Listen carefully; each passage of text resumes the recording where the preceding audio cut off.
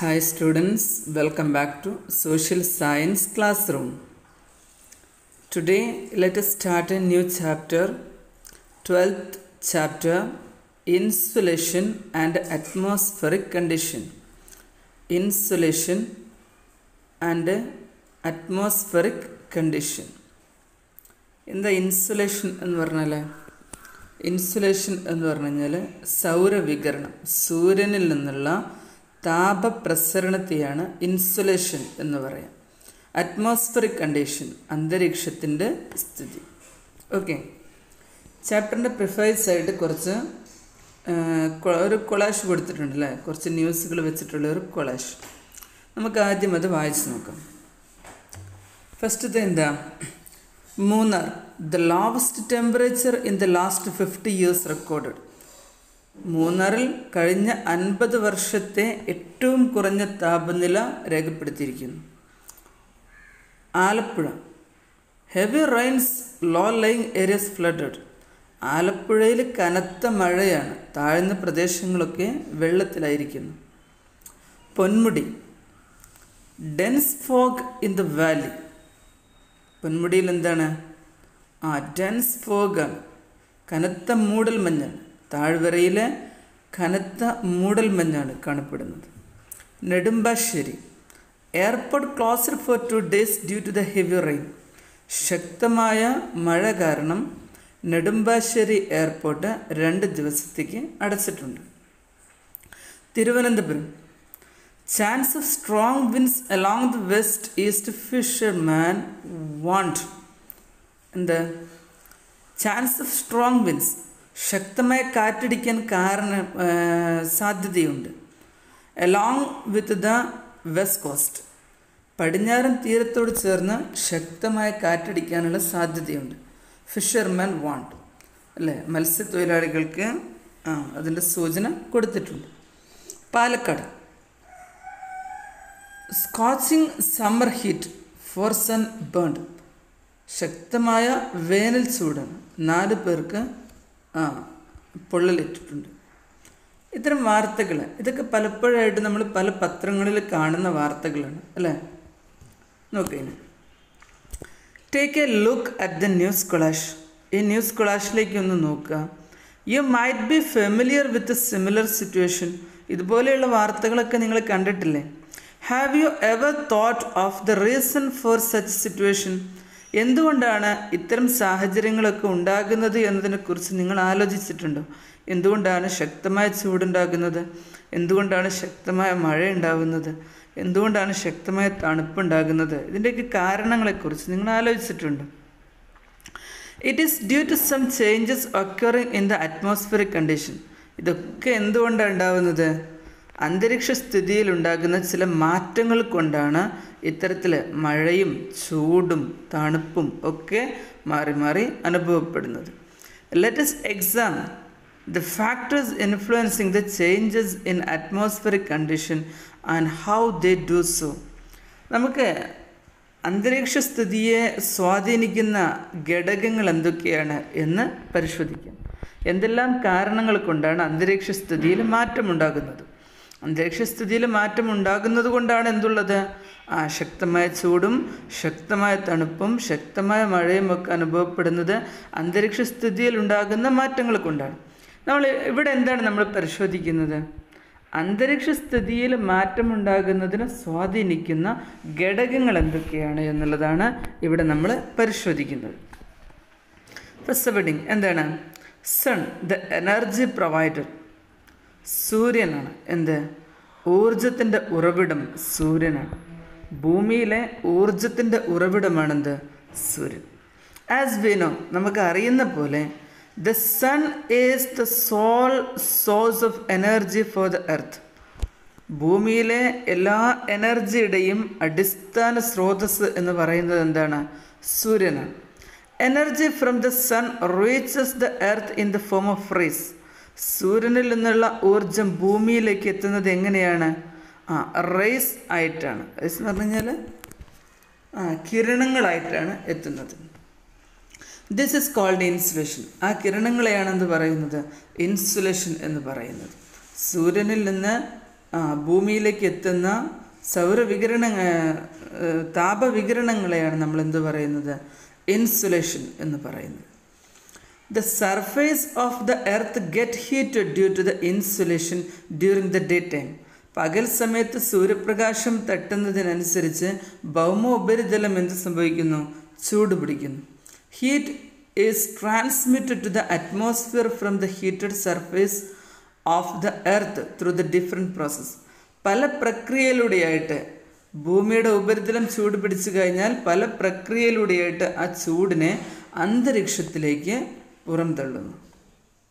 അപ്പോൾ സൂര്യനിൽ നിന്നുള്ള താപവികിരണമേറ്റ് ഇൻസുലേഷൻ ഏറ്റുകൊണ്ട് ഭൂമി ചൂട് പിടിക്കുന്നു, ഭൗമ ഉപരിതലം ചൂട് പിടിക്കുന്നു. ആ ഉപരിതലം ചൂട് പിടിച്ചാൽ ആ ചൂടിനെ എന്ത് ചെയ്യുന്നു? അന്തരീക്ഷത്തിലേക്ക് പുറംതള്ളുന്നു. The surface of earth get cooled by this process. അങ്ങനെ ആ ചൂടിനെ അന്തരീക്ഷത്തിലേക്ക് പുറംതള്ളുമ്പോഴാണ് ഭൗമോപരിതലം എന്താകുന്നത്? തണുത്തു വരുന്നത്. The clouds and gases like carbon dioxide in the lower atmosphere absorb the heat radiating from the earth. അന്തരീക്ഷത്തിലെ താഴ്ന്ന വിധാനങ്ങളിൽ കാണപ്പെടുന്ന പൊടിപടലങ്ങളും കാർബൺ ഡയോക്സൈഡുമൊക്കെ ഈ ചൂടിനെ ആഗിരണം ചെയ്യുന്ന ഘടകങ്ങളാണ്. Thus the heat required for the survival of life is maintained in the lower atmosphere. ഭൂമിയിൽ ജീവൻ നിലനിൽക്കാൻ ആവശ്യമായ ഒരു താപനില ഇവിടെ മെയിൻറ്റെയിൻ ചെയ്യപ്പെടുന്നുണ്ട്. ബാക്കി എന്ത് ചെയ്യുന്നുണ്ട്? തിരിച്ച് ശൂന്യാകാശത്തിലേക്ക് തന്നെ തള്ളുന്നുണ്ട്. ഇവിടെ ഒരു ബോക്സ് കൊടുത്തിട്ടുണ്ട്. എന്താണ്? Maximum temperature and minimum temperature. Then meteorologist consider the atmospheric heat experienced just before the sunrise as the minimum temperature of the day. Heat experienced at 2 p.m. is considered as the maximum temperature. ഒരു ദിവസത്തെ ഏറ്റവും കുറഞ്ഞ താപനില കണക്കാക്കുന്നത് എപ്പോഴാണ്? സൂര്യോദയത്തിൻ്റെ തൊട്ട് മുമ്പുള്ള താപനിലയാണ് ഒരു ദിവസത്തെ ഏറ്റവും കുറഞ്ഞ താപനിലയായിട്ട് കണക്കാക്കുന്നത്. ഏറ്റവും കൂടിയ താപനിലയോ? ഏറ്റവും കൂടിയ താപനില ഉച്ചയ്ക്ക് 2 മണിക്കുള്ള താപനിലയാണ് ഏറ്റവും കൂടിയ താപനില. നമ്മൾ ടി വിയിലൊക്കെ ന്യൂസ് കാണുമ്പോൾ ന്യൂസിൻ്റെ ടെയിലെൻഡ് അല്ലേ, ഇന്നത്തെ അന്തരീക്ഷ സ്ഥിതി അല്ലെങ്കിൽ ഇന്നത്തെ കാലാവസ്ഥ എന്നൊക്കെ പറഞ്ഞിട്ട് ഇന്നത്തെ കൂടിയ കാലാവസ്ഥ അല്ലേ, കോഴിക്കോട് ഇന്നത്തെ കൂടിയ കാലാവസ്ഥ 38 ഡിഗ്രി അല്ലേ, കുറഞ്ഞ കാലാവസ്ഥ 33 ഡിഗ്രി എന്നൊക്കെ ന്യൂസ് കണ്ടിട്ടില്ലേ? ആ കൂടിയ കാലാവസ്ഥ, ഒരു ദിവസത്തെ ഏറ്റവും കൂടിയ കാലാവസ്ഥ എപ്പോഴാണ് റിപ്പോർട്ട് ചെയ്യുന്നത്? ഉച്ചയ്ക്ക് ശേഷം 2 മണിക്കാണ്. ഏറ്റവും കുറഞ്ഞ കാലാവസ്ഥയോ? ഉദയത്തിൻ്റെ തൊട്ട് മുൻപുള്ള കാലാവസ്ഥ. Then solar energy is not uniformly distributed on the surface of the earth. ഭൂമിയിൽ സൗരോർജം അല്ലെങ്കിൽ സൂര്യനിൽ നിന്നുള്ള ഇൻസുലേഷൻ എല്ലായിടത്തും ഒരേപോലെ അല്ല കിട്ടുന്നത്. Not uniformly distributed. ഭൗമോപരിതലത്തിൽ എല്ലായിടത്തും ഒരേ അളവിലല്ല സൂര്യപ്രകാശം ലഭിക്കുന്നത്. As the equatorial region receives vertical rays of the sun. ഭൂമധ്യരേഖയോട് ചേർന്ന പ്രദേശത്ത് എന്താണ്? ഇക്വറ്റോറിയൽ റീജിയൻ ആണെന്നുണ്ടെങ്കിൽ സൂര്യപ്രകാശം ലംബമായി പതിക്കുന്നതാണ്, അല്ലെങ്കിൽ വെർട്ടിക്കൽ റേസ് ആണ് അവിടെ പതിക്കുന്നത് അല്ലേ.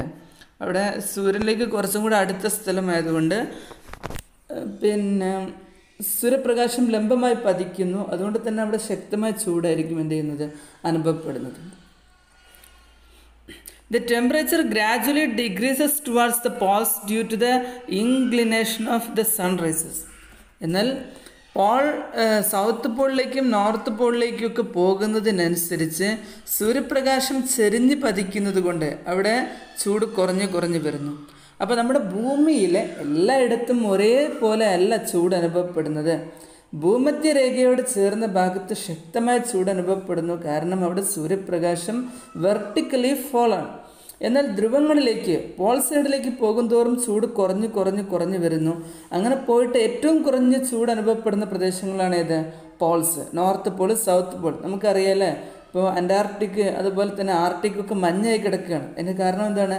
അവിടെ വളരെ കുറച്ച് മാത്രമേ അങ്ങോട്ട് എന്ത് കിട്ടുന്നുള്ളൂ? താപം സൂര്യനിൽ നിന്നുള്ള ചൂട് എത്തുന്നുള്ളൂ. The heat received on the surface of the earth is in accordance with the latitude of the place. ഭൂമിയിൽ ഓരോ പ്രദേശത്തും താപനില ലഭിക്കുന്നത് ഏതിനടിസ്ഥാനമാക്കിയാണ്? അതിൻ്റെ ലാറ്റിറ്റ്യൂഡിനൽ പൊസിഷൻ, അക്ഷാംശീയ സ്ഥാനങ്ങളെ അടിസ്ഥാനമാക്കിയാണ്. അല്ല, ഇവിടെ ഒരു ചിത്രം കൊടുത്തിട്ടുണ്ട്. അതിൽ പ്രധാനപ്പെട്ട ലാറ്റിറ്റ്യൂഡ്സ് കൊടുത്തിട്ടുണ്ട്. ആർട്ടിക് സർക്കിൾ അല്ലേ, ആർട്ടിക് സർക്കിൾ എന്ന് പറഞ്ഞു കഴിഞ്ഞാൽ 66.5 ഡിഗ്രി നോർത്ത് ആൻഡ് സൗത്ത് ആണ്. Then tropic of cancer, tropic of cancer എത്ര ഡിഗ്രിയിലാണ്? 23.5 ഡിഗ്രി നോർത്ത് ആണ് ട്രോപ്പിക് ഓഫ് ക്യാൻസർ. ഇക്വേറ്റർ ആണ് 0 ഡിഗ്രി. ട്രോപ്പിക് ഓഫ് കാപ്രിക്കോൺ ആണ് എന്ത്? 23.5 ഡിഗ്രി സൗത്ത് പോൾ. ഓക്കെ, അപ്പോൾ ഏറ്റവും കൂടുതൽ ചൂട് ലഭിക്കുന്നത് ഇക്വേറ്റർ റീജിയനിലാണ്. കാരണം സൂര്യപ്രകാശം ആദ്യം എത്തുന്നത് എവിടെയാണ്? ഇക്വേറ്റർ റീജിയനിലാണ് അല്ലേ. പിന്നെ ഇങ്ങനെ ധ്രുവപ്രദേശങ്ങളിലേക്ക് പോകുന്തോറും അതിൻ്റെ ചൂട്, സൂര്യപ്രകാശം പതിക്കുന്നതിൻ്റെ ചെരിവ് കൂടി വരുന്നു. അതുകൊണ്ട് തന്നെ ചൂട് കുറവായിരിക്കും. The factors such as altitude, nearness to sea, etc. also cause the local variations in the temperature condition. എന്താണ്? ഈ ലാറ്റിറ്റ്യൂഡിനൽ പൊസിഷൻ കൂടാതെ പ്രദേശത്തിൻ്റെ ഉയരം, സമുദ്ര സാമീപ്യം, ഇതെല്ലാം തന്നെ പ്രാദേശികമായുള്ള ചൂട് വ്യത്യാസത്തെ സ്വാധീനിക്കുന്നുണ്ട്. Variations in the temperature condition, let's examine, നമുക്കത് നോക്കാം എങ്ങനെയാണെന്നുള്ളത്. The atmospheric temperature decreases gradually with the increase in altitude. ഉയരം കൂടുന്നതിനനുസരിച്ച് ചൂട് കുറയാണ് ചെയ്യുക. Now you might have understood why high altitude region like Munnar and Wayanad experience cool climate. എന്തുകൊണ്ടാണ് മൂന്നാറിലും വയനാട്ടിലുമൊക്കെ ചൂട് കുറവ് അനുഭവപ്പെടുന്നത്, അല്ലെങ്കിൽ തണുത്ത കാലാവസ്ഥ അനുഭവപ്പെടുന്നത്? അതിൻ്റെ കാരണം എന്താണ്? അത് ഉയരം കൂടിയ സ്ഥലമാണ് അല്ലേ. കൊടൈക്കനാൽ, മൂന്നാർ, ഊട്ടി, ഇതൊക്കെ എന്താണ്? ഹൈറ്റ് കൂടിയ സ്ഥലങ്ങളാണ്. അപ്പോൾ ഉയരം കൂടുന്നതിനനുസരിച്ച് പൊതുവെ ചൂട് കുറയാണ് ചെയ്യുക. Okay, then the temperature of coastal region is regulated by the winds blowing from sea to land during the daytime and vice versa during the night. അതുപോലെ തന്നെ കോസ്റ്റൽ റീജിയൻ ആണെങ്കിൽ, സമുദ്ര സാമീപ്യം ഉണ്ടെങ്കിൽ അവിടെ ടെമ്പറേച്ചർ എങ്ങനെയാണ് ബാലൻസ് ചെയ്യപ്പെടുന്നത്? പകൽ സമയത്ത് കരയിൽ നല്ല ചൂട് അനുഭവപ്പെടുമ്പോൾ കടലിൽ നിന്ന് തണുത്ത കാറ്റടിക്കും, അപ്പോൾ ആ ചൂട് കുറയും. അതുപോലെ തന്നെ രാത്രി സമയത്ത് കൂടുതൽ തണുപ്പുണ്ടെങ്കിൽ കാറ്റ് എവിടേക്ക് പോകുന്നു? കടലിലേക്ക് തിരിച്ച് വീശുന്നു. അഥവാ കരക്കാറ്റടിക്കുമ്പോൾ കടലിലേക്ക് തിരിച്ച്, കടൽക്കാറ്റടിക്കുന്ന സമയത്ത് രാത്രി കടൽക്കാറ്റടിക്കും കരയിൽ നിന്ന് കടലിലേക്ക്. അപ്പോൾ രാത്രി സമയത്ത് കര തണുത്തിരിക്കുന്ന സമയത്ത് കരയിൽ നിന്ന് കാറ്റ് കടലിലേക്ക് വീശും. ആ സമയത്ത് കരയിലെ തണുപ്പും കുറയും. അപ്പോൾ കൂടുതൽ തണുപ്പോ കൂടുതൽ ചൂടോ എവിടെ അനുഭവപ്പെടില്ല? തീരപ്രദേശങ്ങളിൽ അനുഭവപ്പെടില്ല. മിക്കവാറും ഒരു മിതമായ കാലാവസ്ഥയായിരിക്കും എവിടെ അനുഭവപ്പെടുക? തീരപ്രദേശങ്ങളുള്ള സ്ഥലങ്ങളിൽ അനുഭവപ്പെടുക. എന്നാൽ തീരപ്രദേശങ്ങളില്ലാത്ത സ്ഥലമാണെങ്കിൽ എന്തായിരിക്കും? ചൂടാകുമ്പോൾ ഭയങ്കര ചൂടായിരിക്കും, തണുപ്പാകുമ്പോൾ ഭയങ്കര തണുപ്പായിരിക്കും അല്ലേ. ഇപ്പോൾ നമ്മൾ കോഴിക്കോട് എടുക്കുക, കേരളത്തിൽ കോഴിക്കോട് എടുത്തു കഴിഞ്ഞാൽ കുറച്ചൊക്കെ ഒരു മിതമായ കാലാവസ്ഥ കിട്ടും. എന്നാൽ പാലക്കാട് എങ്ങനെയാണോ? അല്ല, പാലക്കാട് ചൂടാകുന്ന സമയത്ത് എന്താണ്? ഭയങ്കര ചൂടായിരിക്കും, തണുപ്പാകുമ്പോൾ നല്ല തണുപ്പുമാണ് അനുഭവപ്പെടുന്നത്. അതിൻ്റെ വ്യത്യാസത്തിൻ്റെ കാരണം എന്താണ്? കോസ്റ്റൽ റീജിയനാണ്. Kozhikode situated near the sea, but the Palakkad situated far away from the sea. Okay, the next ഇവിടെ ഒരു ബോക്സ് കൊടുത്തിട്ടുണ്ട് അല്ലേ. സോളാർ എനർജി, സൂര്യനിൽ നിന്നുള്ള ഊർജം, അതാണ് സോളാർ എനർജി അല്ലേ. സോളാർ പാനലാണ് ചിത്രം കൊടുത്തിട്ടുള്ളത്, കണ്ടില്ലേ? Earth receivers continuous flow of solar energy. ഭൂമിയിലേക്ക് സ്ഥിരമായി എന്ത് കിട്ടുന്നുണ്ട്? സോളാർ എനർജി കിട്ടുന്നുണ്ട്. The utility potential of this non-conventional source. The utility potential of this non-conventional source of energy is great in the tropical country like India. ഇന്ത്യയെ പോലെയുള്ള ഉഷ്ണമേഖലാ രാജ്യങ്ങളിൽ ഇത്തരത്തിലുള്ള സോളാർ എനർജി, സൗരോർജം ഉപയോഗപ്പെടുത്തുക എന്നുള്ളത് വളരെ പ്രധാനമാണ്. As the technology for the converting solar energy to electrical energy using solar panels, സൗരോർജത്തെ വൈദ്യുതോർജ്ജമാക്കി മാറ്റുന്ന ഉപകരണമാണെന്ത്? Solar panel. നമ്മളൊക്കെ വീടിൻ്റെ മുകളിൽ സോളാർ പാനൽ വെച്ച് കഴിഞ്ഞാൽ അതിൽ തട്ടുന്ന സൂര്യപ്രകാശം എന്ത് ഊർജ്ജമായിട്ട് നമുക്ക് കിട്ടും? വൈദ്യുതി ഊർജ്ജമായിട്ട് നമുക്ക് കിട്ടും. അപ്പോൾ സൂര്യപ്രകാശത്തെ അല്ലെങ്കിൽ സോളാർ എനർജിയെ ഇലക്ട്രിക്കൽ ഊർജ്ജമാക്കി മാറ്റുന്ന ഉപകരണമാണ് solar panels. It will be a relief for our energy crisis. നമ്മുടെ ഊർജ്ജ പ്രതിസന്ധിക്ക് ഒരു പരിഹാരം കൂടിയാണെന്ത്? Solar panels. Then how is temperature measured? എങ്ങനെയാണ് ടെമ്പറേച്ചർ മെഷർ ചെയ്യുന്നത്? താപനില എങ്ങനെയാണ് കണക്കാക്കുന്നത്? ഒരു ദിവസത്തെ താപനില എന്നൊക്കെ പറഞ്ഞാൽ നമുക്ക് അളവ് കിട്ടില്ലേ? 35 ഡിഗ്രി 40 ഡിഗ്രി എന്നൊക്കെ പറഞ്ഞാൽ അളവ് കിട്ടില്ലേ? ഈ അളവ് എങ്ങനെയാണ് കണക്കാക്കുന്നത് നോക്കാം. Atmospheric temperature is measured using the instrument called thermometer. അന്തരീക്ഷ താപനില അളക്കാൻ ഉപയോഗിക്കുന്ന ഉപകരണത്തിൻ്റെ പേരാണെന്ത്? Thermometer. It is recorded temperature in degree Celsius or degree Fahrenheit. ഏത് യൂണിറ്റിലാണ് ഇത് അടയാളപ്പെടുത്തുന്നത്? ഒന്നെങ്കിൽ ഡിഗ്രി സെൽഷ്യസ് ആയിട്ട് അല്ലെങ്കിൽ ഡിഗ്രി ഫാരൻഹീറ്റ് ആയിട്ടാണ് ടെമ്പറേച്ചറെ അടയാളപ്പെടുത്തുന്നത് അല്ലേ? ഒരു തെർമോമീറ്ററിൻ്റെ ഫോട്ടോ അവിടെ കൊടുത്തിട്ടുണ്ട്. സെൽഷ്യസിലുള്ളതും ഫാരൻഹീറ്റിലുള്ളതും അവിടെ കൊടുത്തിട്ടുണ്ട്. റെഡിയല്ലേ?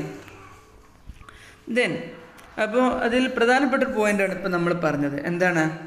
അന്തരീക്ഷ താപനില അറ്റ്മോസ്ഫിയറിക് ടെമ്പറേച്ചർ അളക്കാൻ ഉപയോഗിക്കുന്ന ഉപകരണമാണ് തെർമോമീറ്റർ. അതിൻ്റെ യൂണിറ്റ് ആണെന്ത്? Degree Celsius or Fahrenheit. Okay. You can measure the atmospheric temperature using a thermometer. Record the atmospheric temperature at a fixed time every day and display the reading in your classroom. ഒരു thermometer വെച്ചിട്ട് നമുക്ക് temperature അളക്കാം. ഒരു നിശ്ചിത സമയം വെച്ചിട്ട് ആ സമയത്ത് എല്ലാ ദിവസവും ടെമ്പറേച്ചർ അളന്നിട്ട് നമുക്കത് എന്ത് ചെയ്യാം? ക്ലാസ്സിൽ പ്രദർശിപ്പിക്കാം. Let us examine how the variations in temperature of region causes other atmospheric phenomena. എന്നിട്ട് നമുക്ക് പരിശോധിക്കാം എന്ത്? അന്തരീക്ഷ താപനിലയിൽ മാറ്റം വരുന്നതിനനുസരിച്ചിട്ട് എന്തെല്ലാം പ്രതിഭാസങ്ങളാണ് ഇവിടെ ഉണ്ടാകുന്നത്? ചൂട് കുറയുന്നതിനനുസരിച്ചിട്ട് എന്തൊക്കെ പ്രതിഭാസങ്ങൾ ഉണ്ടാകുന്നു? ചൂട് കൂടുന്നതിനനുസരിച്ച് എന്തെല്ലാം പ്രതിഭാസങ്ങൾ ഉണ്ടാകുന്നു എന്നൊക്കെ പരിശോധിക്കാം. Okay. The next sub heading temperature and movement of air. താപനിലയും വായുവിൻ്റെ ചലനവും. താപനിലയും വായുവിൻ്റെ ചലനവും. Temperature and movement of air. Then like every matter, എല്ലാ പദാർത്ഥങ്ങളെയും പോലെ എയർ ആൾസോ ഹാസ് വെയ്റ്റ്. വായുവിനും എന്തുണ്ട്? വെയ്റ്റ് ഉണ്ട്, ഭാരമുണ്ട്. മറ്റു പദാർത്ഥങ്ങളൊക്കെ പോലെ വായുവിനും എന്തുണ്ട്? ഭാരമുണ്ട്. The weight exerted by the air in the atmosphere is called atmospheric pressure. ഭൗമോപരിതലത്തിൽ വായു ചെലുത്തുന്ന ഭാരമാണ് അന്തരീക്ഷ മർദ്ദം, അറ്റ്മോസ്ഫിയറിക് പ്രഷർ എന്നതുകൊണ്ട് ഉദ്ദേശിക്കുന്നത്. ഭൗമോപരിതലത്തിൽ വായു ചെലുത്തുന്ന ഭാരമാണ് അന്തരീക്ഷ മർദ്ദം. വെയിറ്റ് ഉണ്ട്. എന്തിന്? എയറിന് വെയിറ്റ് ഉണ്ട്. ആ വെയിറ്റ് എത്രയാണോ അതാണ് നമ്മൾ എന്ത് പറയുന്നത്? അറ്റ്മോസ്ഫിയറിക് പ്രഷർ എന്ന് പറയുന്നത്. Barometer is the instrument used for measuring atmospheric pressure. അന്തരീക്ഷ പ്രഷർ അളക്കാൻ ഉപയോഗിക്കുന്ന ഉപകരണമാണ് എന്ത്? ബാരോമീറ്റർ എന്ന് പറയുന്നത്. അറ്റ്മോസ്ഫിയറിക് പ്രഷർ അളക്കാൻ ഉപയോഗിക്കുന്ന ഉപകരണമാണ് ബാരോമീറ്റർ എന്ന് പറയുന്നത്. Which is recorded in the unit hecto Pascal. ഇവിടെ ഉപയോഗിക്കുന്ന യൂണിറ്റ് ഏതാണ്? ഹെക്ടോ പാസ്കൽ അല്ലെങ്കിൽ മില്ലി ബാർ ആണ് ഉപയോഗിക്കുന്നത്. അപ്പോൾ പറഞ്ഞുകൊണ്ട് വരുന്നത് അന്തരീക്ഷ മർദ്ദം അളക്കാൻ ഉപയോഗിക്കുന്ന ഉപകരണം ഹെക്ടോ പാസ്കലാണ്. ഉപകരണം ബാരോമീറ്ററാണ്. അതിൽ ഉപയോഗിക്കുന്ന യൂണിറ്റ് ആണ് എന്ത്? ഹെക്ടോ പാസ്കൽ അല്ലെങ്കിൽ മില്ലി ബാർ എന്ന് പറയുന്നത്. ഓക്കെ. അപ്പോൾ നമ്മൾ രണ്ട് ഉപകരണങ്ങൾ ഇപ്പോൾ ഇവിടെ നമ്മൾ പറഞ്ഞു കേട്ടോ. ടെമ്പറേച്ചർ അളക്കാൻ ഉപയോഗിക്കുന്ന ഉപകരണം തെർമോമീറ്ററാണ്. അതിൻ്റെ യൂണിറ്റ് ഒന്നെങ്കിൽ ഡിഗ്രി സെൽഷ്യസ് അല്ലെങ്കിൽ ഫാരൻഹീറ്റ്. ദെൻ അറ്റ്മോസ്ഫിയറിക് പ്രഷർ അന്തരീക്ഷ മർദ്ദം അളക്കാൻ ഉപയോഗിക്കുന്ന ഉപകരണം ബാരോമീറ്ററാണ്. ഉപയോഗിക്കുന്ന യൂണിറ്റ് എന്താണ്? ഹെക്ടോ പാസ്കൽ അല്ലെങ്കിൽ മില്ലി ബാർ. ഇതിലേതെങ്കിലുമാണ് ഉപയോഗിക്കുന്നത് കേട്ടോ. Then we feel the presence of air only when it moves. നമ്മൾ നിൽക്കുന്ന സ്ഥലങ്ങളിലൊക്കെ എന്തുണ്ട്? വായുവുണ്ട്. നമ്മൾ വായുവിലാണ് നിൽക്കുന്നത്. ഓക്കെ, ആ വായുവിൻ്റെ പ്രസൻസ് നമുക്ക് എങ്ങനെയാണ് അറിയുന്നത്? ആ വായു ചലിക്കുമ്പോഴാണ് നമുക്ക് അതിൻ്റെ പ്രസൻസ് നമുക്ക് ഫീൽ ചെയ്യുന്നത്. Let us see how the movement of air take place. എങ്ങനെയാണ് വായു ചലിക്കുന്നത്? അപ്പം നമ്മൾ വായുവിലാണ് നിൽക്കുന്നത്. നമ്മൾ വെള്ളത്തിൽ ഇറങ്ങി നിൽക്കുകയാണെങ്കിൽ നമുക്ക് ചുറ്റും വെള്ളം ഉണ്ടാവും അല്ലേ, നമുക്കത് അറിയാൻ പറ്റും. അതുപോലെ നമ്മളിപ്പോൾ നിൽക്കുന്നത് എവിടെയാണ്? വായുവിലാണ്. ഇവിടെയൊക്കെ വായുവുണ്ട്. എന്നാൽ ആ വായുവിൻ്റെ പ്രസൻസ് നമ്മൾ അറിയുന്നത് എപ്പോഴാണ്? വായു ചലിക്കുമ്പോഴാണ്. അപ്പോൾ നമുക്ക് പരിശോധിക്കാം എങ്ങനെയാണ് വായു ചലിക്കുന്നത്. As a result of insulation, the atmospheric air expands, become less dense and rise up. ഇൻസുലേഷൻ്റെ ഫലമായിട്ട് സൂര്യനിൽ നിന്നുള്ള താപ പ്രസരണത്തിൻ്റെ ഫലമായിട്ട് എന്താണ്?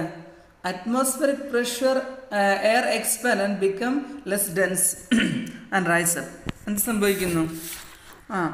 സൂര്യനിൽ നിന്നുള്ള ചൂട് തട്ടുന്നതിനനുസരിച്ച് ഭൗമോപരിതലത്തിലെ വായു ചൂട് പിടിക്കുകയും അത് വികസിച്ച് മുകളിലേക്ക് ഉയരുകയും ചെയ്യും. ഓക്കെ, നമ്മുടെ ഇവിടെയൊക്കെ വായുവുണ്ട്. ആ വായുവിലേക്ക് സൂര്യനിൽ നിന്നുള്ള ചൂട് തട്ടുന്നതിനനുസരിച്ച് ആ വായുവിന് എന്ത് സംഭവിക്കുന്നു? ആ വായു വികസിക്കുകയും അത് മുകളിലേക്ക് ഉയരുകയും ചെയ്യും. നമ്മളിപ്പോൾ ഒരു പാത്രത്തിൽ വെള്ളം വെച്ചിട്ട് അത് ചൂടാക്കി കഴിഞ്ഞാൽ എന്ത് സംഭവിക്കും? ചൂടാകുന്നതിനനുസരിച്ചിട്ട് ആ വായു അതിലുള്ള വെള്ളം എന്താകുന്നു? മുകളിലേക്ക് ആവിയായിട്ട് ഉയരുന്ന കണ്ടില്ലേ? അതുപോലെ ഇവിടേക്ക് വായു ഉണ്ട്. ആ വായു ചൂട് തട്ടുന്നതിനനുസരിച്ചിട്ട് അത് എന്ത് ചെയ്യുന്നു? മുകളിലേക്ക് ഉയരുന്നു.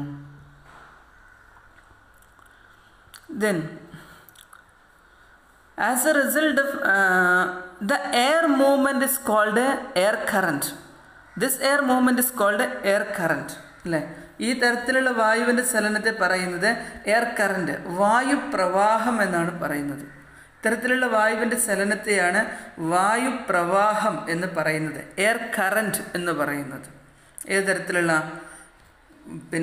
സൂര്യനിൽ നിന്നുള്ള താപോർജം തട്ടിയിട്ട് ഇവിടെയുള്ള വായു വികസിക്കുകയും വികസിച്ച വായു നേരെ മുകളിലേക്ക് ഉയർന്നു പോവുകയും ചെയ്യുന്നതിന് നമ്മൾ പറയുന്നത് എയർ കറൻറ്റ് അല്ലെങ്കിൽ വായു പ്രവാഹം എന്നാണ്. Okay, consequently the pressure decreases. അതിൻ്റെ ഫലമായിട്ട് എന്ത് സംഭവിക്കുന്നു? പ്രഷർ കുറയുന്നു അല്ലേ? ഇവിടെയുള്ള വായു മുകളിലേക്ക് പോയി കഴിഞ്ഞാൽ പിന്നെ ഇവിടെയുള്ള ബാക്കിയുള്ള വായുവിൻ്റെ വെയിറ്റ് കുറഞ്ഞില്ലേ? ഇപ്പം നിലവിലുള്ള വായുവിൻ്റെ വെയിറ്റാണ് എന്താ? അറ്റ്മോസ്ഫിയറിക് പ്രഷർ എന്ന് പറയുന്നത്.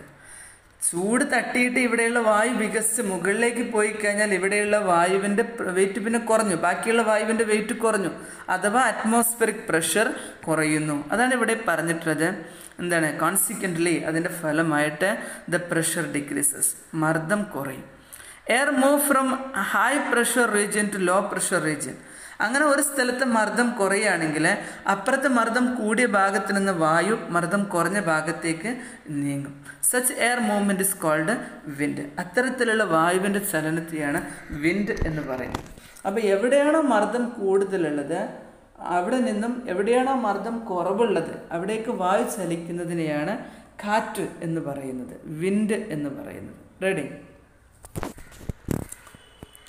We experience refreshing light breezes to destructive storms on the surface of the earth. We experience, നമ്മൾ അനുഭവിച്ചിട്ടുണ്ട് എന്ത്? റിഫ്രഷിംഗ് ലൈറ്റ് ബ്രീസ് അല്ലേ? ചെറിയ മന്ദമാരുതനായിട്ട് നമ്മൾ കാറ്റിനെ അനുഭവിച്ചിട്ടുണ്ട്. ടു ഡിസ്ട്രക്റ്റീവ് സ്ട്രോംസ്, കൊടുങ്കാറ്റായിട്ടും അപകടകാരിയായിട്ടുള്ള കൊടുങ്കാറ്റായിട്ടും നമ്മൾ എന്ത് കണ്ടിട്ടുണ്ട്? കാറ്റിനെ നമ്മൾ അനുഭവിച്ചിട്ടുണ്ട്. ദെൻ വിൻഡ് മിൽസ് നോക്ക്. നമുക്ക് എന്താണ് windmills? Electricity can be generated by installing windmills in regions having strong and continuous wind. സ്ഥിരമായി ശക്തമായി കാറ്റടിക്കുന്ന സ്ഥലങ്ങളിൽ കാറ്റാടി മരങ്ങൾ സ്ഥാപിച്ചുകൊണ്ട് നമുക്ക് എന്ത് ചെയ്യാം? കാറ്റിൽ നിന്നും വൈദ്യുതി ഉൽപ്പാദിപ്പിക്കാവുന്നതാണ്. Making use of this non conventional source of energy we can overcome the increasing energy crisis. ഈ സാധ്യത ഉപയോഗപ്പെടുത്തുന്നതിലൂടെ നമുക്ക് ഊർജ പ്രതിസന്ധി ഒരു പരിധിവരെ പരിഹരിക്കാൻ സാധിക്കും. Wind energy is being generated in place like Ramakkalmedu in Idukki district and Kanjikode in Palakkad district using this technology. കേരളത്തിൽ എവിടെയൊക്കെയാണ് വിൻഡ് വെയിൻ ഉപയോഗിച്ചുകൊണ്ട് കറണ്ട് ഉണ്ടാക്കുന്നത്? ഒന്ന് രാമക്കൽ മേടാണ്. ഇടുക്കി ജില്ലയിലെ രാമക്കൽ മേടിൽ വിൻഡ് വെയിൻ ഉപയോഗിച്ച് കറണ്ട് ഉണ്ടാക്കുന്നുണ്ട്. അതുപോലെ തന്നെ പാലക്കാട് ജില്ലയിലെ കഞ്ഞിക്കോടും എന്തുണ്ട്, വിൻഡ് വെയിൻ ഉപയോഗിച്ച് കറണ്ട് ഉണ്ടാക്കുന്ന സ്ഥലങ്ങൾ കേരളത്തിൽ ഉണ്ട്.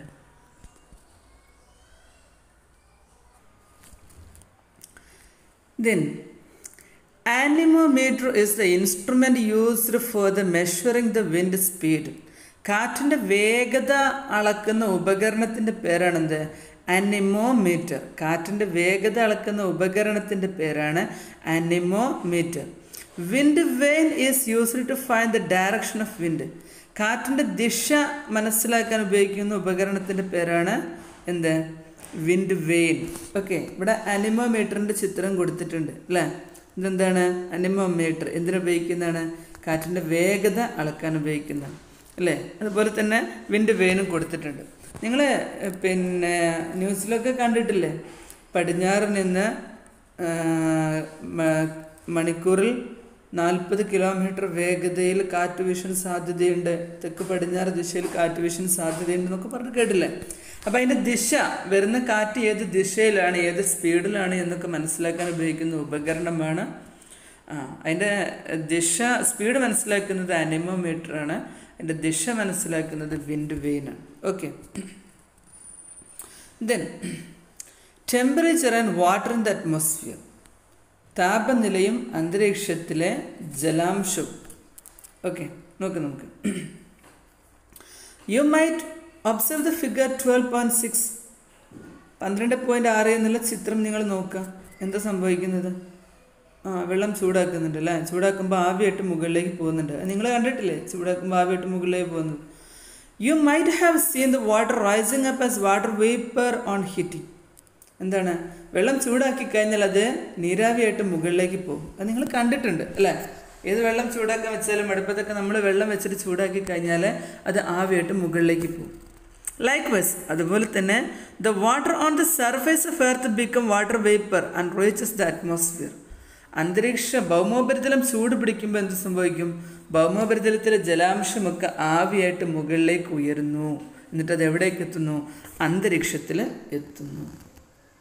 Then, the moisture content in the atmosphere is called humidity. The moisture content, ഈർപ്പത്തിൻ്റെ അളവ്, the atmosphere is called humidity. അന്തരീക്ഷത്തിലെ ജലാംശത്തിൻ്റെ അളവിനെയാണ് നമ്മൾ എന്ത് പറയുന്നത്? ഹ്യൂമിഡിറ്റി, ആർദ്രത എന്ന് പറയുന്നത്. അന്തരീക്ഷത്തിലെ ജലാംശത്തിൻ്റെ അളവിനെയാണ് നമ്മൾ ഹ്യൂമിഡിറ്റി, ആർദ്രത എന്ന് പറയുന്നത്. The humidity of place is influenced by the factors such as temperature and quantity of water present in the surface of earth. ഒരു പ്രദേശത്തെ അന്തരീക്ഷത്തിലെ ഹ്യൂമിഡിറ്റി അതിനെ സ്വാധീനിക്കുന്ന ഘടകങ്ങൾ. ഭൗമോപരിതലത്തിൽ എല്ലാ സ്ഥലത്തും ഒരേ അളവിലല്ല ഹ്യൂമിഡിറ്റി ഉണ്ടാവുക, വ്യത്യസ്ത അളവിലാണ് ഉണ്ടാവുക. അപ്പോൾ അതിനെ സ്വാധീനിക്കുന്ന ഘടകങ്ങൾ എന്തൊക്കെയാണ്? ഒന്ന്, ടെമ്പറേച്ചർ. ചൂട് കൂടുതലുള്ള സ്ഥലത്ത് എന്തായിരിക്കും? ഹ്യൂമിഡിറ്റി, അന്തരീക്ഷത്തിലെ ജലാംശത്തിൻ്റെ അളവ് കൂടുതലായിരിക്കും. കാരണം എന്താ? ചൂട് കൂടുമ്പോൾ അവിടെയുള്ള വെള്ളമൊക്കെ എന്താകും? ആവിയായിട്ട് മുകളിലേക്ക് ഉയർന്നിട്ടുണ്ടാവും. അപ്പോൾ എന്താണ്? അന്തരീക്ഷത്തിലെ ജലാംശത്തിൻ്റെ അളവ് കൂടുതലായിരിക്കും. Then quantity of water present. താഴെ വെള്ളം വേണം, ചൂട് നല്ല ചൂടുണ്ട്, പക്ഷേ വെള്ളം ഇല്ലെങ്കിൽ പിന്നെ ആവിയാവാൻ വെള്ളമുണ്ടോ? ഇല്ല. അപ്പോൾ അതുകൊണ്ട് തന്നെ എന്തുണ്ടാവില്ല? അന്തരീക്ഷത്തിൽ വാട്ടർ വേപ്പർ ഉണ്ടാവുകയില്ല. അപ്പോൾ രണ്ട് ഘടകങ്ങളാണ്, ഒന്ന് ടെമ്പറേച്ചർ വേണം, അതുപോലെ തന്നെ വാട്ടർ പ്രസൻറ്റും ഉണ്ടാവണം. Hygrometer is the instrument used to measure humidity. അന്തരീക്ഷത്തിലെ ആർദ്രതയുടെ അളവ്, ആർദ്രത അളക്കാൻ ഉപയോഗിക്കുന്ന ഉപകരണമാണ് ഹൈഗ്രോമീറ്റർ. ഇവിടെ കൊടുത്തിട്ടുണ്ട് അല്ലെ, ഹൈഗ്രോമീറ്റർ. അന്തരീക്ഷത്തിലെ ജലാംശത്തിൻ്റെ അളവ് അല്ലെങ്കിൽ ഹ്യൂമിഡിറ്റി അളക്കാൻ ഉപയോഗിക്കുന്ന ഉപകരണമാണ് hygrometer. Then next, fill ice cube in a cup. ഒരു കപ്പിൽ ഒരു ഐസ് ക്യൂബ് എടുത്ത് വയ്ക്കുക. Did you notice fine water droplets that have formed in the cup? ആ കപ്പിൽ എന്തുണ്ടാകും? വെള്ളമായിട്ട് മാറും അല്ലേ? നമ്മളൊരു ഐസ് ക്യൂബ് എടുത്തിട്ട് ഒരു ഗ്ലാസ്സിലിട്ട് വെച്ച് കഴിഞ്ഞാൽ കുറച്ച് കഴിയുമ്പോൾ ഐസ് ക്യൂബ് എന്തായിട്ട് മാറും? വെള്ളമായിട്ട് മാറും. As the cup get cooler the size of water droplets increases, they start moving down. എന്താണ് കപ്പ് തണുക്കുന്നതിനനുസരിച്ചിട്ട് എന്ത് ചെയ്യുന്നു, വാട്ടർ ഡ്രോപ്ലെറ്റ് എന്ത് ചെയ്യുന്നു, അതിൻ്റെ വലിപ്പം കൂടിക്കൂടി വരികയാണ് ചെയ്യുന്നത്. നോക്കുക, when the water vapor present in the air comes in contact with the cold surface of the cup. എന്താണ്, water vapour present in the air comes in contact with the cold surface of cup. എന്താണ്, അന്തരീക്ഷത്തിൽ ആ glass വെച്ച അന്തരീക്ഷത്തിൽ എന്തുണ്ട്, പിന്നെ അന്തരീക്ഷത്തിലുള്ള water vapour glass തണുക്കുന്നതിനനുസരിച്ചിട്ട് അതിമേ തട്ടിയിട്ടത് എന്ത് ചെയ്യാണ്, കൂളായിട്ട് അത് പിന്നെ ജലമായിട്ട് മാറുകയാണ്. റെഡിയല്ലേ? പരീക്ഷിച്ച് നോക്കിയിട്ടുണ്ടോ? ഒരു ഗ്ലാസ് എടുക്കുക, ഗ്ലാസ് എടുത്തിട്ട് ഒരു ഐസ് ക്യൂബ് എടുത്തിട്ട് ഗ്ലാസ്സിലിട്ട് വയ്ക്കുക. സ്വാഭാവികമായിട്ടും ആ ഐസ് ഉരുകിയിട്ട് ആ ഗ്ലാസിൻ്റെ ഉള്ളിൽ വെള്ളം ഉണ്ടാകും അല്ലേ? എന്നാൽ ആ ഗ്ലാസിൻ്റെ ഉള്ളിൽ മാത്രമല്ല വെള്ളം ഉണ്ടാക്കുക, ആ ഗ്ലാസിൻ്റെ പുറം ഭാഗങ്ങളിൽ നമുക്ക് വെള്ളം കാണാൻ സാധിക്കും. എന്തുകൊണ്ടാണ് പുറം ഭാഗങ്ങളിൽ വെള്ളമുള്ളത്? എവിടേക്കാണ് ആ പുറത്തുള്ള കാണുന്ന വെള്ളം എവിടെ നിന്നാണ് വന്നിട്ടുള്ളത്? അത് എവിടെ നിന്നാണ്? ആ ഗ്ലാസ് തണുക്കുന്നതിനനുസരിച്ചിട്ട് അവിടെയുള്ള വായു, ആ വായുവിലുള്ള വാട്ടർ ഡ്രോപ്ലെറ്റ് അത് കണ്ടൻസ് ചെയ്തിട്ടാണ് അതിൻ്റെ പുറം ഭാഗത്തെ വെള്ളമുണ്ടായിട്ടുള്ളത്. Okay, the process by which water vapor cools down to liquid state is called condensation. ഇങ്ങനെ വാട്ടർ വേപ്പർ ജലമായി മാറുന്ന പ്രക്രിയയെ പറയുന്ന പേരാണ് കണ്ടൻസേഷൻ അഥവാ ഘനീകരണം. അന്തരീക്ഷത്തിലെ നീരാവി വീണ്ടും ജലമായി മാറുന്ന പ്രക്രിയയെ പറയുന്ന പേരാണ് കണ്ടൻസേഷൻ അഥവാ ഘനീകരണം. Okay, the water vapor from the earth on reaching the atmosphere condenses to form fine droplets of water. എന്താണ്, the water vapor from the earth, ഭൂമിയിൽ നിന്നുള്ള ജല കണികകൾ on reaching at the atmosphere, അന്തരീക്ഷത്തിലേക്ക് എത്തിയിട്ടുള്ള ജലാംശം condenses to form fine droplets of water. എന്തായിട്ട് മാറുന്നു? ഭൂമിയിൽ നിന്നുള്ള വെള്ളം ആവിയായിട്ട് മുകളിലേക്ക് പോകുന്നു. ചൂട് കൂടുമ്പോഴാണ് ആവിയായിട്ട് മുകളിലേക്ക് പോകുന്നത്. മുകളിലേക്ക് എത്തുന്നതിനനുസരിച്ചിട്ട് ചൂട് കുറയും. ചൂട് കുറയുമ്പോൾ അത് വീണ്ടും എന്തെന്നായിട്ട് മാറുന്നു? ജലം തന്നെയായിട്ട് മാറുന്നു.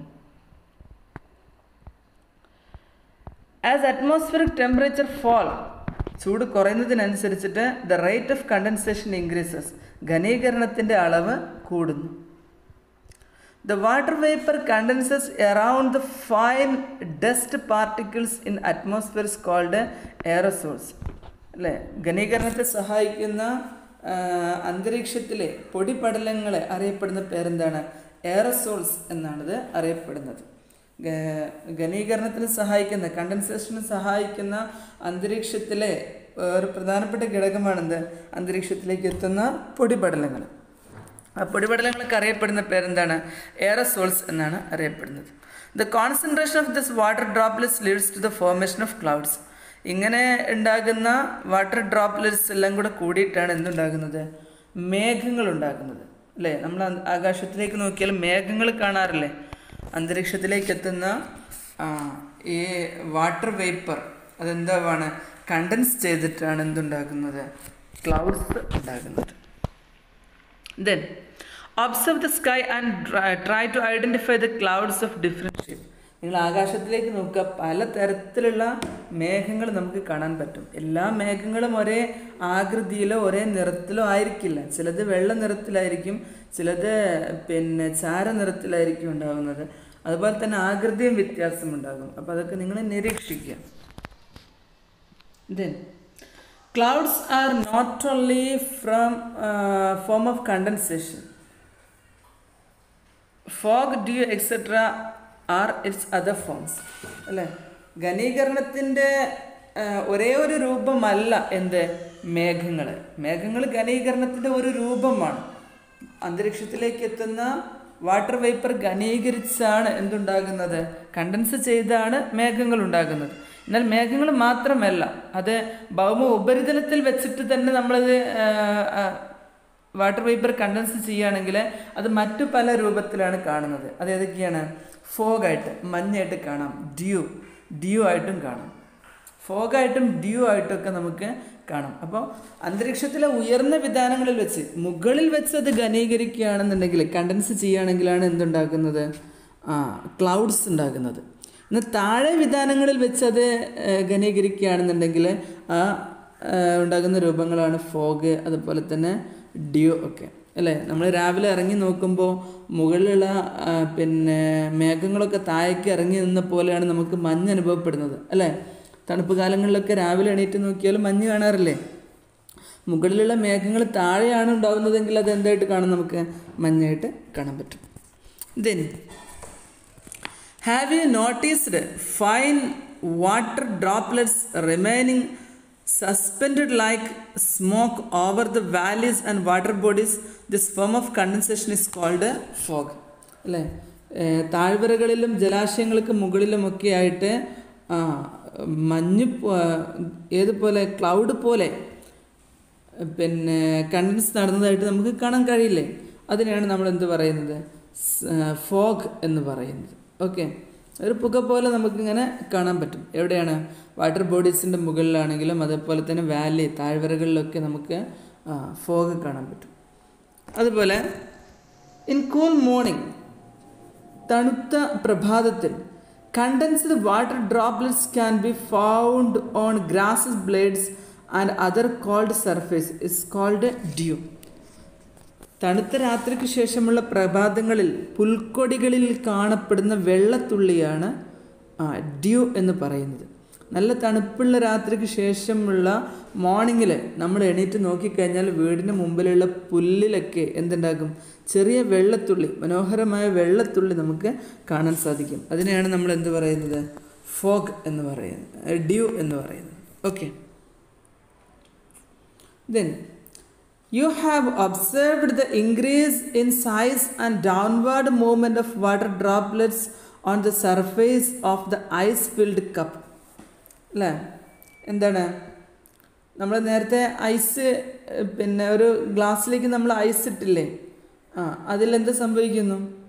അതിൻ്റെ ആ ഗ്ലാസിൻ്റെ പുറം ഭാഗങ്ങളിലൊക്കെ ആദ്യം ഇങ്ങനെ ഒരു നനവ് വരും. പിന്നീട് ആ നനവ് എല്ലാം കൂടെ ഇങ്ങനെ താഴോട്ട് ഊർന്നിറങ്ങും. അവസാനം അതൊരു വെള്ളത്തുള്ളിയായിട്ട് ഇങ്ങനെ താഴോട്ട് തൂങ്ങും, അല്ലേ? ആ വെള്ളത്തുള്ളിയുടെ വലിപ്പം ഇങ്ങനെ കൂടുന്നതനുസരിച്ച് താഴോട്ട് തൂങ്ങും. അവസാനം അത് താഴോട്ട് എന്ത് ചെയ്യുന്നു? ഉറ്റിച്ചാടുന്നു. കണ്ടിട്ടില്ലേ? As the condensation process, the size and weight of the water droplets increase. They move down under the influence of gravity. അതുപോലെ തന്നെയാണ് മേഘങ്ങളിൽ തുടർച്ചയായി നടക്കുന്ന കണ്ടൻസേഷൻ്റെ ഫലമായി അതിലെ വാട്ടർ ഡ്രോപ്ലെറ്റിൻ്റെ സൈസ് കൂടും. വെള്ളത്തുള്ളിയുടെ വലിപ്പം കൂടുകയും അന്തരീക്ഷത്തിന് അതിൻ്റെ വെയിറ്റ് കൂടുകയും ചെയ്ത് കഴിഞ്ഞിട്ടുണ്ടെങ്കിൽ അതിന് അന്തരീക്ഷത്തിൽ നിൽക്കാൻ കഴിയാതെ അതെന്ത് ചെയ്യുന്നു? താഴോട്ട് പതിക്കുന്നു. Okay, similarly the increase in size of water droplets in the cloud make them fall down on the earth, അല്ലേ? അത് ഭൂമിയിലേക്ക് പതിക്കുന്നു. This process is called precipitation. അതിന് നമ്മൾ പറയുന്നതാണ് വർഷണം, പെർസിപ്പിറ്റേഷൻ. പെർസിപ്പിറ്റേഷൻ എന്ന് പറഞ്ഞു കഴിഞ്ഞാൽ വർഷണം, അല്ലേ? റെഡിയല്ലേ? നമ്മൾ പറഞ്ഞ ഉദാഹരണങ്ങൾ ഇന്ന് റെഡിയല്ലേ? നമ്മളൊരു ക്ലാസ്സിലേക്ക് ഐസ് ക്യൂബ് ഇട്ടിട്ട് ക്ലാസ് വെച്ചാൽ ക്ലാസ്സിൻ്റെ പുറം ഭാഗത്ത് എന്ത് ചെയ്യുന്നു? ആദ്യം ചെറിയ ക്ലാസ് ഇങ്ങനെ തണുക്കുന്നതനുസരിച്ചിട്ട് ചെറിയ നനവ് ഇങ്ങനെ അനുഭവപ്പെടും. പിന്നീട് ആ വെള്ളത്തുള്ളികളെ അതിങ്ങനെ കൂടുന്നതിനനുസരിച്ചിട്ട് അത് താഴോട്ട് ഇങ്ങനെ ഒലിച്ചിറങ്ങാൻ തുടങ്ങും. എന്നിട്ടത് ആ ക്ലാസ്സിൻ്റെ താഴെ ഡ്രോപ്ലെറ്റായിട്ട് ഒരു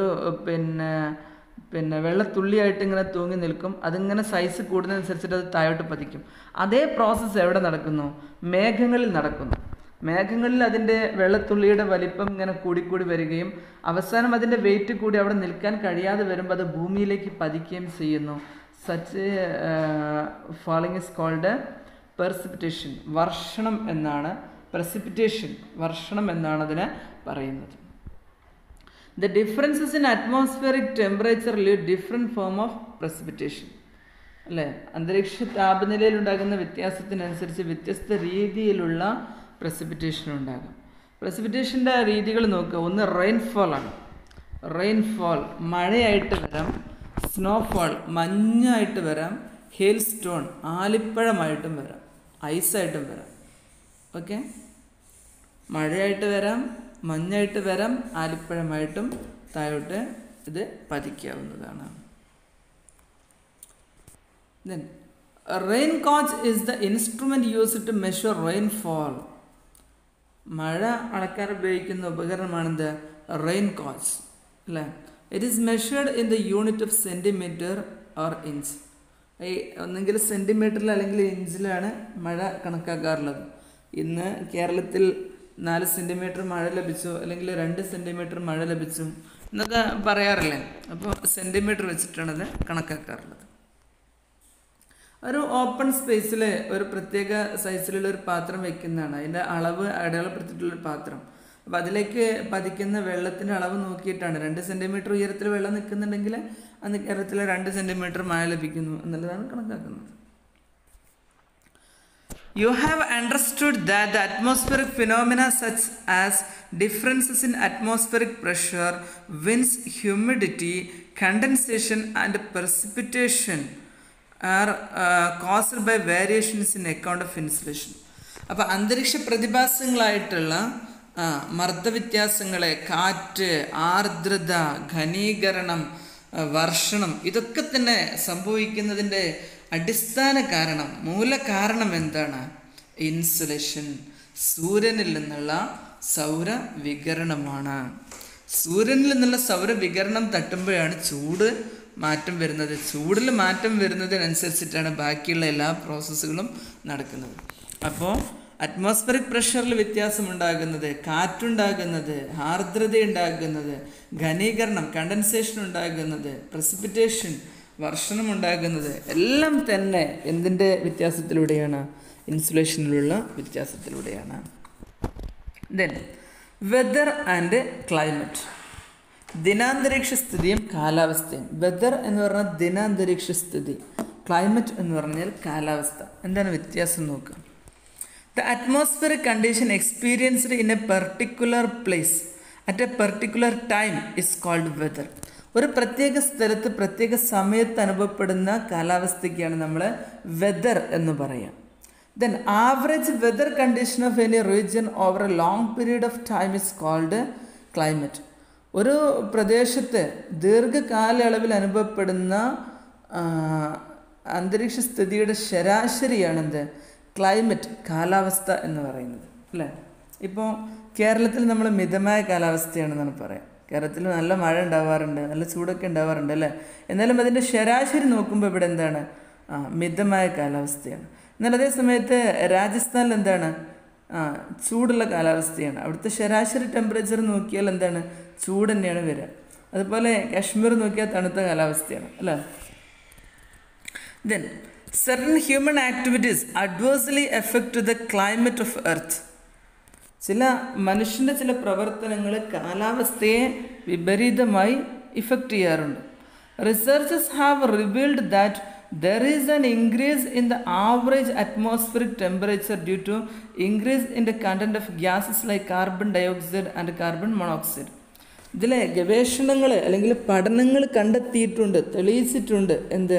കാർബൺ ഡയോക്സൈഡ്, കാർബൺ മോണോക്സൈഡ് പോലെയുള്ള വാതകങ്ങൾ കൂടുന്നത് ചൂട് കൂടാൻ കാരണമാകുന്നു എന്ന് കണ്ടെത്തിയിട്ടുണ്ട്. These gases are released into the atmosphere as a result of excessive use of fossil fuel like coal, petroleum, etc. പിന്നെ കൽക്കരി, പെട്രോളിയം തുടങ്ങിയിട്ടുള്ള ഊർജ ഉറവിടങ്ങളെ പരമാവധി ഉപയോഗപ്പെടുത്തുന്നതിലൂടെയാണ് അന്തരീക്ഷത്തിൽ ഇത്തരത്തിലുള്ള വാതകങ്ങളൊക്കെ എത്തിച്ചേരുന്നത് അല്ലേ. ധാരാളം വാഹനങ്ങൾ കൂടുമ്പോൾ അതിൽ പെട്രോൾ ഉപയോഗിക്കുന്നുണ്ട് അല്ലേ. പെട്രോൾ, ഡീസലൊക്കെ കത്തുമ്പോൾ അന്തരീക്ഷത്തിലേക്ക് എത്തുന്ന പുക, അതുപോലെ കൽക്കരി കത്തുമ്പോൾ അന്തരീക്ഷത്തിൽ, വ്യവസായ സ്ഥാപനങ്ങൾ കൂടുമ്പോൾ വ്യവസായ സ്ഥാപനങ്ങളിൽ കത്തിക്കാൻ ഉപയോഗിക്കുന്ന കൽക്കരിയാണ്. അപ്പോൾ കൽക്കരി കത്തുമ്പോൾ, പെട്രോൾ കത്തുമ്പോഴൊക്കെയാണ് അന്തരീക്ഷത്തിലേക്ക് ഇത്തരം വാതകങ്ങൾ കൂടുതലായിട്ട് എത്തിപ്പെടുന്നത്. The use of non-conventional source of energy such as solar energy, wind energy, etc. instead of fossil fuel can remedy to situations at an extent. എന്താണ്? അന്തരീക്ഷത്തിൽ ചൂട് കൂടാനുള്ള കാരണം, ചൂട് കൂടുമ്പോഴാണ് പലതരത്തിലുള്ള പ്രശ്നങ്ങളും അല്ലെങ്കിൽ കാലാവസ്ഥ മാറ്റങ്ങളും ഒക്കെ ഉണ്ടാകുന്നത്. അപ്പോൾ ചൂട് കൂടാതിരിക്കണം, നിലവിലുള്ള ചൂട് സാധാരണ ആവശ്യമായ ചൂട് ബാലൻസ് ചെയ്ത് പോകണം, അത് കൂടാൻ പാടില്ല. അങ്ങനെ കൂടുന്നത് എന്തുകൊണ്ടാണ്? Carbon dioxide, carbon monoxide പോലെയുള്ള വാതകങ്ങൾ അന്തരീക്ഷത്തിൽ കൂടുന്നത് കൊണ്ടാണ് ചൂട് കൂടുന്നത്. ഈ വാതകങ്ങൾ എവിടെ നിന്നാണ് എത്തുന്നത്? പെട്രോൾ കത്തിക്കുമ്പോഴും അതുപോലെ തന്നെ കൽക്കരി കത്തിക്കുമ്പോഴൊക്കെയാണ് ഇത് എത്തുന്നത്. എന്തിനു വേണ്ടിയാണ് ഇത് കൽക്കരി കത്തിക്കുന്നത്? കൽക്കരി കത്തിക്കുന്നത് കറണ്ട് ഉണ്ടാക്കാൻ, അതുപോലെ തന്നെ വ്യവസായ സ്ഥാപനങ്ങളിലൊക്കെയാണ് കൽക്കരി കത്തിക്കുന്നത്. അതുപോലെ തന്നെ പെട്രോൾ അല്ലേ, കറണ്ട് ഉണ്ടാക്കാൻ പെട്രോൾ ഉപയോഗിക്കുന്നുണ്ട്, അതുപോലെ തന്നെ വാഹനങ്ങൾ ഓടാൻ പെട്രോൾ ഉപയോഗിക്കുന്നുണ്ട്. അപ്പോൾ ഇതൊക്കെയാണ്. അപ്പോൾ ഇതിന് പകരം നമുക്ക് എന്ത് ചെയ്യാം? കറണ്ട് പെട്രോളിൽ നിന്നോ അല്ലെങ്കിൽ കൽക്കരയിൽ നിന്നൊക്കെ കറണ്ട് ഉണ്ടാക്കുന്നതിന് പകരം നമുക്ക് എന്ത് ചെയ്യാം? കാറ്റിൽ നിന്ന് കറണ്ട് ഉണ്ടാക്കാം, സൂര്യപ്രകാശത്തിൽ നിന്ന് കറണ്ട് ഉണ്ടാക്കാം, തിരമാലയിൽ നിന്ന് കറണ്ട് ഉണ്ടാക്കാം. ഇതിനൊക്കെയാണ് നമ്മൾ നോൺ കൺവെൻഷണൽ എനർജി എന്ന് പറയുന്നത്. നോൺ കൺവെൻഷണൽ എനർജി എന്നാണ് ഇതിനൊക്കെ പറയും. അപ്പോൾ ഈ സോഴ്സുകൾ ഉപയോഗപ്പെടുത്തുന്നത് എന്തിനു നന്നാവും? അന്തരീക്ഷത്തെ സംരക്ഷിക്കുന്നതിന് നന്നാവും. The following pictures indicate a couple of source of gas causing increase in atmospheric temperature. താഴെ ചിത്രങ്ങൾ നോക്കിയാൽ അറിയാം അന്തരീക്ഷത്തിലേക്ക് എങ്ങനെയാണ് ഇത്തരത്തിലുള്ള gases, carbon dioxide, carbon monoxide പോലെയുള്ള വാതകങ്ങൾ എത്തുന്നത് എന്നുള്ളത് അല്ലേ. വ്യവസായ സ്ഥാപനങ്ങളിൽ നിന്നുള്ള പുക, അതുപോലെ വാഹനങ്ങളിൽ നിന്നുള്ള പുകയൊക്കെയാണ്. Then prepare a wall magazine by collecting similar pictures. ഇതുപോലുള്ള ചിത്രങ്ങൾ കളക്ട് ചെയ്തിട്ട് നിങ്ങൾ എന്ത് ചെയ്യുക? ഒരു വാൾ മാഗസിൻ ഉണ്ടാക്കുക. Present seminar paper using information from reading materials regarding the human activities causing climate change. കാലാവസ്ഥാ വ്യതിയാനത്തിന് കാരണമാകുന്ന മനുഷ്യൻ്റെ ഇടപെടലുകളെക്കുറിച്ച് നിങ്ങളൊരു സെമിനാർ റിപ്പോർട്ട് തയ്യാറാക്കുക. Changes in the climate threaten life on earth. കാലാവസ്ഥയിലുണ്ടാകുന്ന മാറ്റം ഭൂമിയിലെ ജീവൻ്റെ നിലനിൽപ്പിന് വലിയ ഭീഷണിയാണ്. You might have heard that many species have become extinct due to the changes in climate. കാലാവസ്ഥ മാറിയത് കൊണ്ട് പല ജീവികളും അതിന് വംശനാശം സംഭവിച്ചു പോയതിനെക്കുറിച്ച് നിങ്ങൾ കേട്ടിട്ടുണ്ടാകും. It is our duty to conserve the fragile balance of the atmosphere.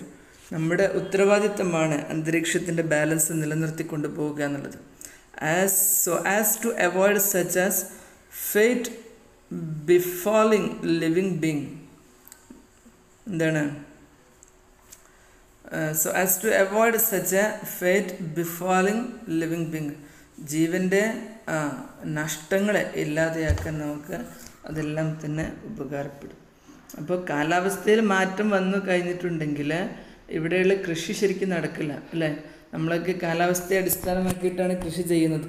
മഴത്ത് കൃഷി ചെയ്യേണ്ടത് നമ്മൾ ജൂൺ മാസമാകുമ്പോൾ മഴ ലഭിക്കുമെന്ന് പ്രതീക്ഷിച്ചുകൊണ്ടാണ് നമ്മൾ കൂടുതൽ വെള്ളം ആവശ്യമുള്ള വിളകൾ കൃഷി ചെയ്യുന്നത്. ആ സമയത്ത് മഴ കിട്ടിയിട്ടില്ലെങ്കിലോ ആ വിളകൾ നശിച്ചു പോകും അല്ലേ. അതുപോലെ തന്നെ തണുപ്പ് ആവശ്യമുള്ള വിളകൾ ഡിസംബർ ജനുവരി മാസമൊക്കെ ആകുമ്പോൾ തണുപ്പുണ്ടാകും എന്ന് പ്രതീക്ഷിച്ചുകൊണ്ടാണ് ആ സമയത്ത് ആ വിളകൾ നമ്മൾ കൃഷി ചെയ്യുന്നത്.